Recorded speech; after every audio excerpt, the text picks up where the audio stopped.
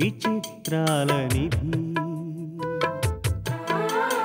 ఓ విధి విచిత్రాల నిధి వింత కథల సారథి ఆశ నిరాశల వారధి నిరంకుశ నిర్ణయాల నిర్దయవానిధి ఓ విధి విచిత్రాల నిధి ఓ విధి విచిత్రాల నిధి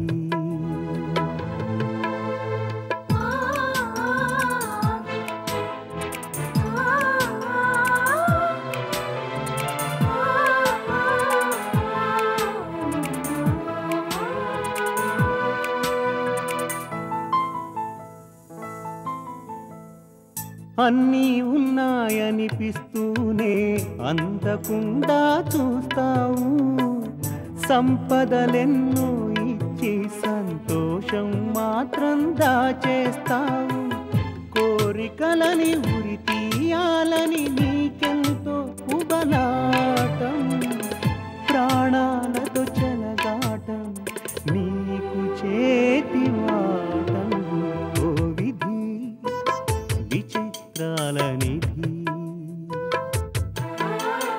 ఓ విధి విచిత్రాల నిధి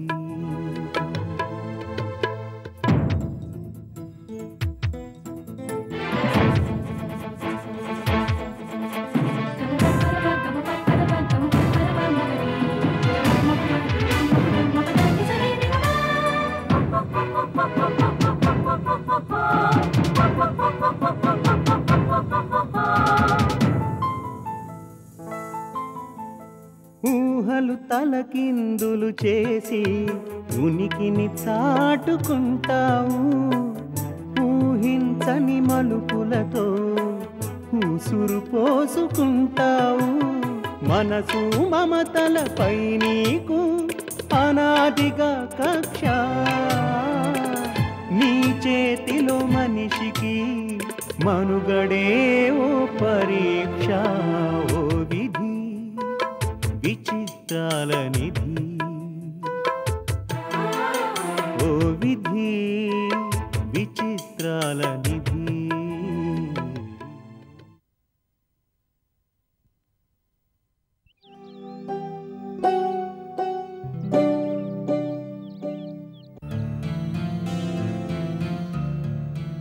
ఇదిగో ఏందే లచ్చి అట్టాగున్నావు ఒంట్లో బాగాలేదా ఏంటి నా సంగ సరే గాని నీ కిట్టిగాడు కనిపించాడా నీకు తెలదా ఆయన పోలీసులు పట్టుకుపోయారుగా కిష్టిగాడిని పోలీసులు పట్టుకుపోయారా ఎందుకో ఎందుకేంటి వాడు కనపడ్డప్పుడల్లా పోలీసులు పట్టుకెళ్తుంటారుగా అది కాదు ఎప్పుడెందుకు పట్టుకుపోయారా అని పట్టుకోక వదిలిపెడతారా ఏంది ఈ ఎదవంట ఎవరో ఆడపిల్లని లాడ్జింగ్కి తీసుకుపోయినాడంట ఆ పిల్లేమో లాడ్జింగ్ రూమ్లోనే ఉరేసుకొని చచ్చిందంట ఆ లాడ్జింగ్ వాళ్ళేమో మాకేం తెలియదని చేతులు దులిపేసుకున్నారంట ఆ కేసేమో ఈడి మీదకి వచ్చింది ఇదంతా ఎప్పుడు 2-3 గంటలు అవుతుందిలే అట్టాగా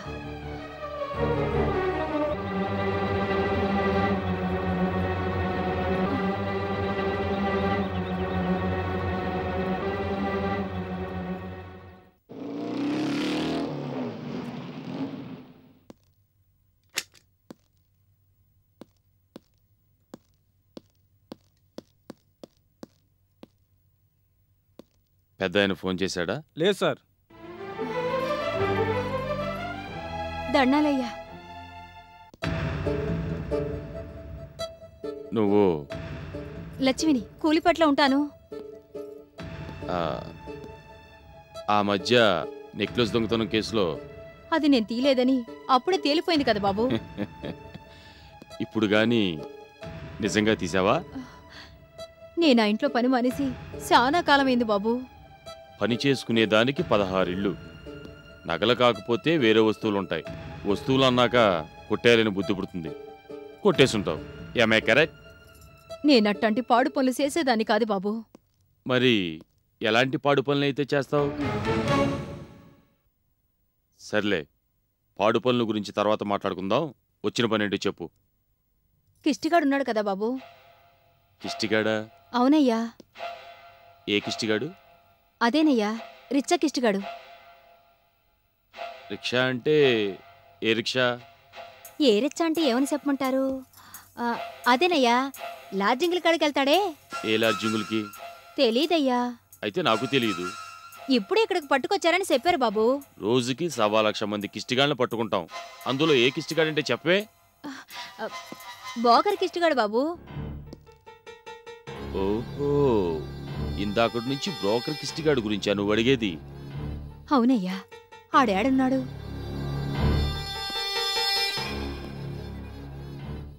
వాడికి నీకు ఏమిటి లింకు? వినిపిస్తోందా? ఆ. వాడికి నీకు లింక్ ఏమిటి అని అడుగుతున్నాను. వ్యాపారం మొదలు పెట్టావా? ఆహా, పాప పనులు చేయడం చేత కాదని డైలాగుల మీద డైలాగులు వదిలేవు కదా. మూడో కంటికి తెలియని పాప పని మొదలు పెట్టావా అని అడుగుతున్నాను. నేనట్టంటి దాని కాదని మీకు తెలుసు కదయ్యా. నాకు తెలుసా? ఎలా? నువ్వేమన్నా నా చుట్టానువా, పక్కింటి దానివా, ఫ్రెండువా, పెళ్ళానువా, ఉంచుకున్న దానివా? బాబు, మరి నువ్వెట్టాంటి దానివా నాకెట్ట తెలుస్తుంది? బ్రోకర్ కిష్టిగాడితో నీకున్న కనెక్షన్ ఏమిటో నాకెలా తెలుస్తుంది? పరిచే పడకలు, మడిచే చాపలు లెక్కేయడమే మా పని అనుకున్నావా? తమరు నన్ను తప్పుగా అర్థం చేసుకున్నట్టున్నారు బాబు. లేకపోతే ఇంత పెద్ద పోలీస్ ఆఫీస్ని నన్నే తప్పడతావా? ఆహా, అది కాదు బాబు. నేననే మాటల్ని ఏరిగా అర్థం చేసుకున్నారు అంటున్నాను. కిట్టిగాడితో నాకు చాలా ముఖ్యమైన పనుంది బాబు. ముఖ్యమైన పని అంటే రేటు విషయమా, పార్టీ విషయమా? చదువుకున్న మహారాజులు నేనెన్నిసార్లు చెప్పినా మీరట్టానే మాట్లాడుతున్నారు. నీలాంటి దాంతో ఇంకెలా మాట్లాడమంటావే? ఎక్కువ తక్కువ మాట్లాడామంటే నిన్ను కూడా సెల్లో పడేస్తాను. Take care. ఎందుకు బాబు అంత సవగ్గా మాట్లాడతారు? కూలిపేటలో ఉన్నంత మాత్రాన, కూలి పని చేసుకున్నంత మాత్రాన మే నీతి తప్పి బతుకుతున్నాం అనుకుంటున్నారా? ఎవళ్ళో ఏదో పనులు చేశారని అందరూ అట్టాగే చేస్తారనుకుంటున్నారా? చెయ్యకపోతే కిష్టిగాడితో నీకేంటి పని? ఆడు చేసిన బుద్ధి లేని పనికి నా బతుకు బుగ్గిపాలైపోయింది. ఏంటా పని? అయ్యన్ని ఇప్పుడేం చెప్పలేను బాబు. నువ్వు చెప్పనంత మాత్రాన ఆ మాత్రం నేను కనిపెట్టలేనా ఏమిటే? ఎప్పుడో ఒకప్పుడు నేను రైడింగ్కి రాకపోను, నువ్వు నా చేతిలో పడకపోవు. మీకు దండం పెడతాను, ఆడనో పాలు బయటికి రమ్మనండి అయ్యా.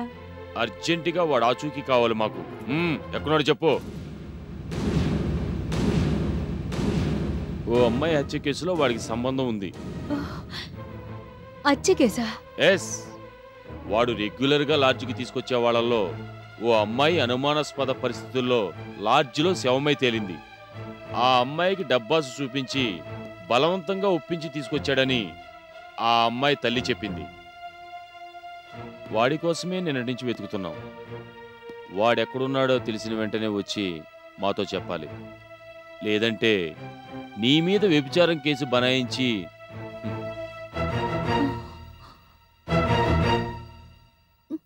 ఏంటా చూపు? ఇంటికెళ్తావా, లోపలికి వస్తావా?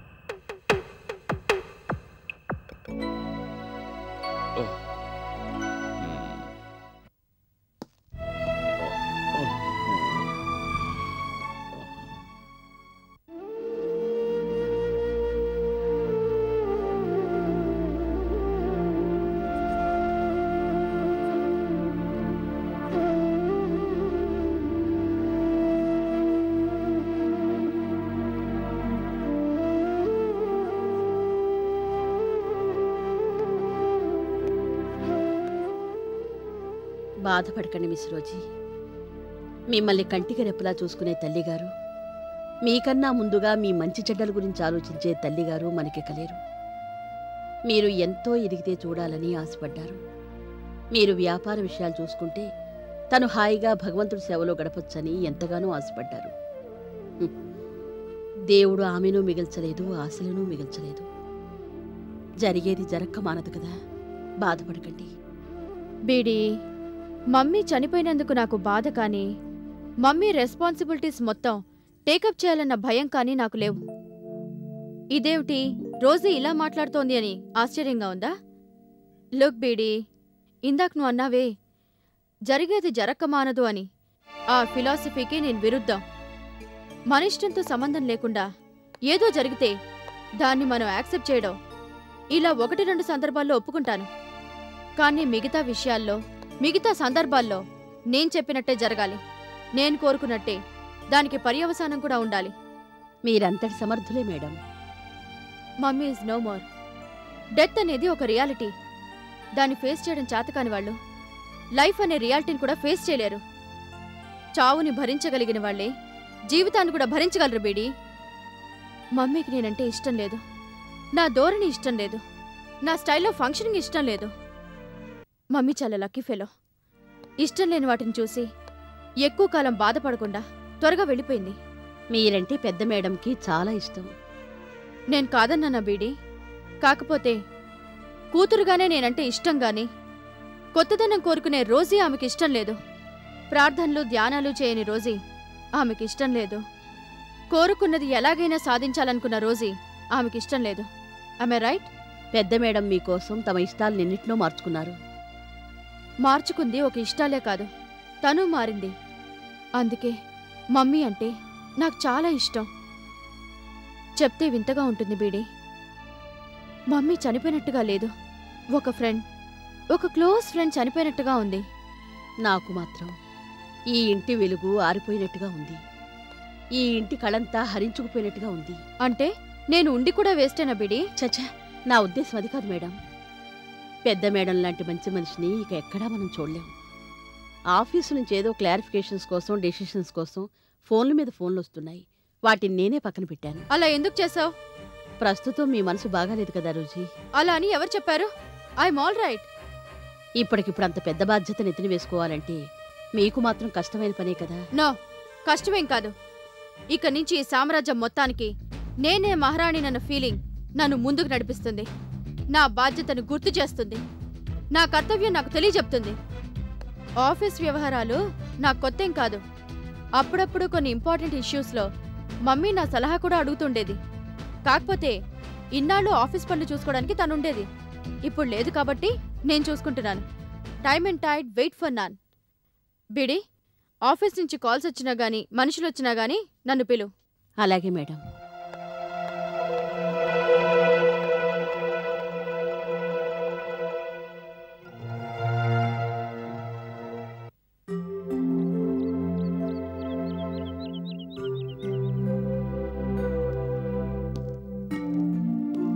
మేడం,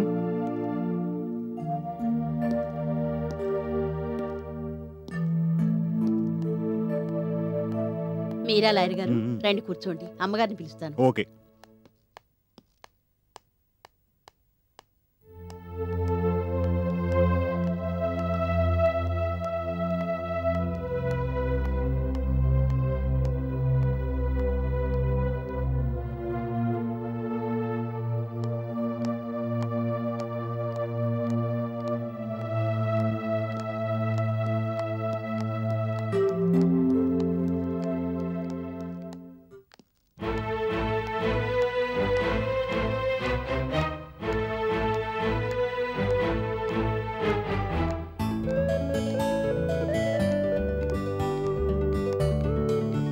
గుడ్ మార్నింగ్ లాయర్ గారు. సారీ మేడం, మీకెందుకనో గుడ్ మార్నింగ్ చెప్పలేకపోతున్నాను.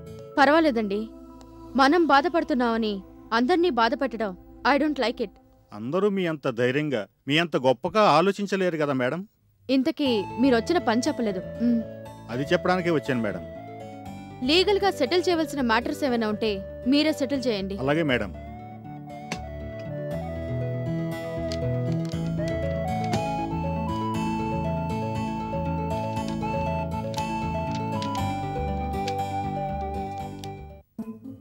ఏమిటిది? తన యావదాస్తిని మీకే చెందాలని ఎలిజబెత్ గారు రాయించిన వీల్నామా.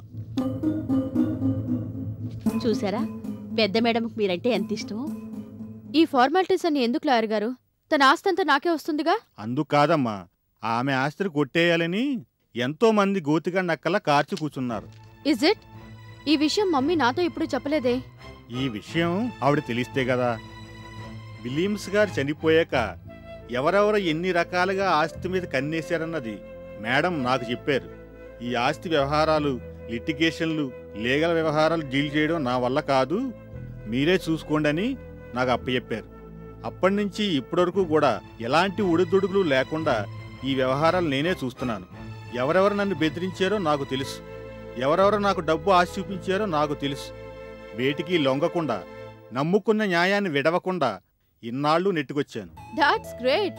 లాయర్ గారు, మమ్మీలాగే మీరు కూడా కొంచెం ట్రెడిషనల్ అనుకుంటాను. అవునమ్మా. ఇప్పటి వరకు ఏ ఏ విషయాలు ఎలా డీల్ చేస్తూ వచ్చారో వాటిని అలాగే కంటిన్యూ చేయండి. బట్ వన్ థింగ్, మనకి న్యాయం జరగాలంటే ఒక్కోసారి అవతల వాళ్ళకి అన్యాయం చేయక తప్పదు. మీ లిబర్టీ మీరు తీసుకోండి. అఫ్ కోర్స్ మీ ఫీజు కూడా మీరు తీసుకోండి. Thank you miss Rosie. Wish you all success. వస్తాను.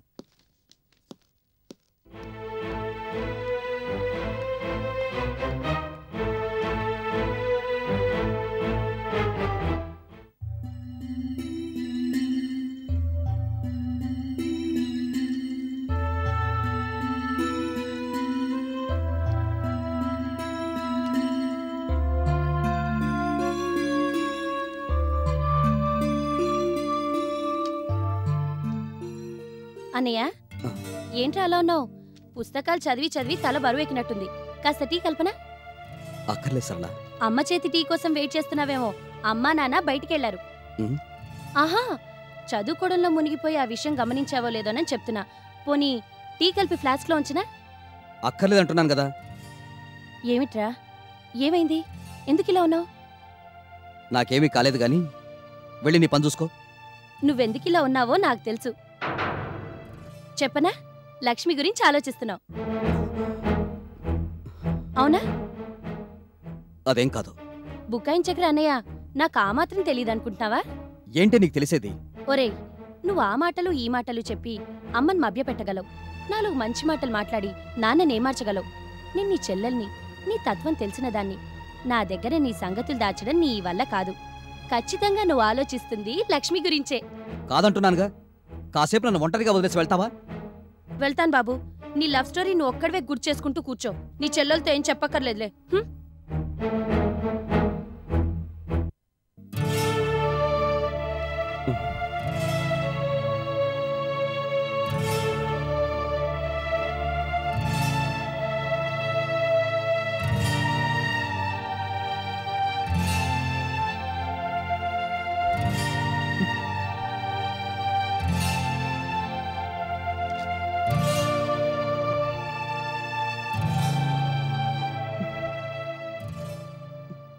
కోనల్లో పుట్టిన చిన్నదాని కోసం కోరికతో వచ్చినట్టి చిన్నవాడా, చెట్టు లెక్కగలవా, పుట్ట లెక్కగలవా, నేనడగంగానే